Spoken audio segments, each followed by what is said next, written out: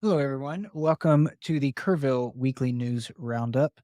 We are your co hosts today, Andrew Gay and Tom Fox, co founders of the Texas Hill Country Podcast Network. We're going to run over our top picks for news stories for this past week.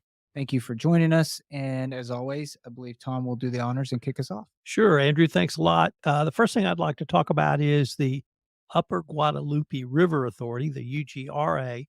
They have a scholarship for university students who want to get into water conservation or educational activities such as the UGRA puts on.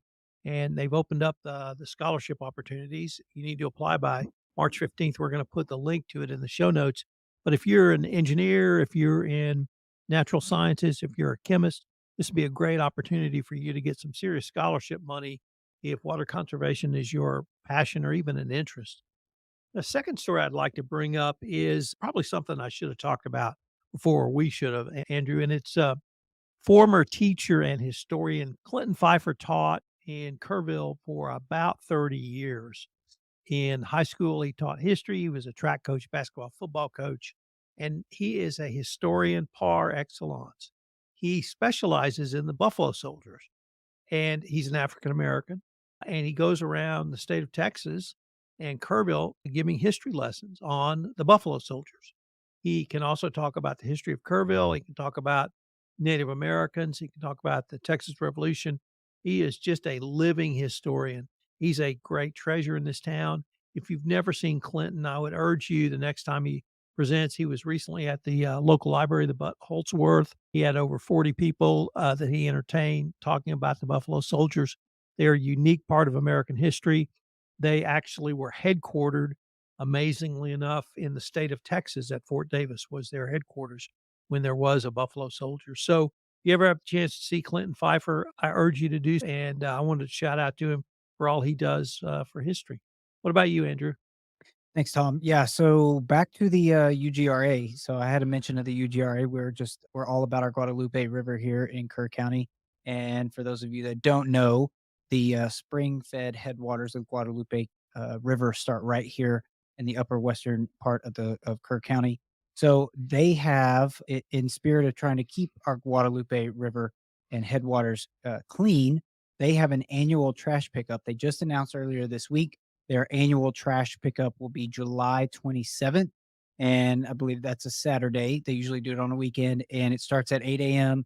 Everybody comes out, they meet at Flat Rock Park, and then they go to their respective places that they have identified during the registration process of where they want to help clean up, and then bring the trash back to Flat Rock Park at the end of the day. And UGRA actually will offer assistance to transport that trash if you need that for your group. It's a great cause to rally the troops behind, and maybe get some of your friends or family out there to go help. We had just spoke with Tara recently, and I believe the general manager of UGRA, and she said, I believe 8,000 to 10,000 pounds of trash is what they pick up out there annually, which is just an astounding number. It's scary to think that there's that much trash just hanging out in our river system at any one point in time. So it's very important. We're so prideful about our Guadalupe River here, and I think it's important that we make the efforts to try to keep that clean. Be on the lookout for that. You can go to ugra.org to sign up for that. And like I said, they just announced it earlier this week. The date for that is July 27th. There will be more details to come on that. And then my other story was about Kerrville Hills Winery. So this is maybe a little over a week old, but the Hill Country Community Journal put out a great article just this past week about the opening of this new facility from Kerrville Hills Winery. This is going to be, they partnered with Schreiner University and have secured a location, which is it's in the historic Weston home on a 30-acre university owned property on East Main Street, where their vineyard is located, and where Shriner's vineyard is located, and adjacent to the main university campus. The folks that run that Kerrville Hills Winery, I have the honor of knowing them. I know they are super ambitious and have deep ties and roots into the winemaking industry.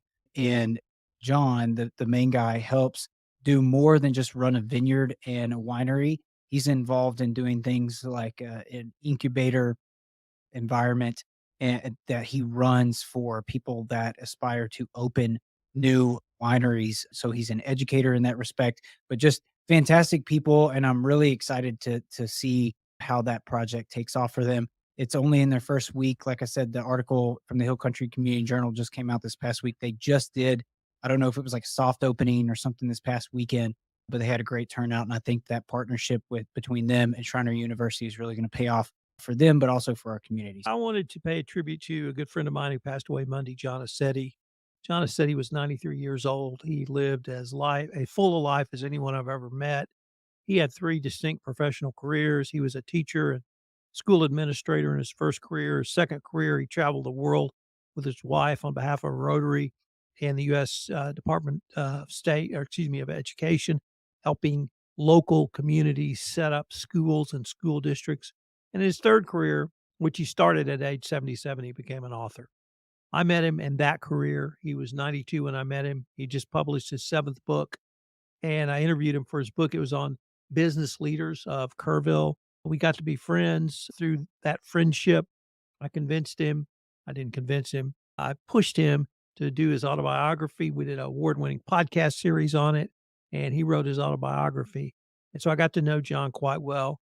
If there was ever a life lived full, it was John Aceti, and I wanted to pay tribute to him on this podcast and say thank you. There are no details yet for his funeral. If they appear before we post the pod, I'll certainly put them in the show notes. But farewell, John. Thanks, Tom. And I had the honor of meeting him too. You brought him to one of our podcast conventions that we hosted. And he was a joy to listen to, talk to. He had so much to say. And I agree. I listened to the podcast series that we did. And I think that we all look to try to live fulfilling lives. And he was an obvious example of a life well lived. So, yes, farewell, John. And with that, we will sign off. Do you have any parting thoughts going into the weekend? Are you doing anything exciting this weekend? I Any miss plans? football already. Yeah. We're going to Lukenbach. Oh, okay. And have y'all been there before? I have, but my wife has not. Okay. She will love it.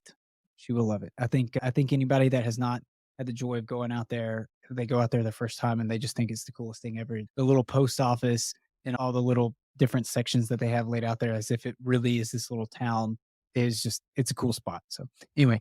All right, guys. Thank you so much for tuning in. That'll do it for this week. We will catch you back here next week. Have a great weekend.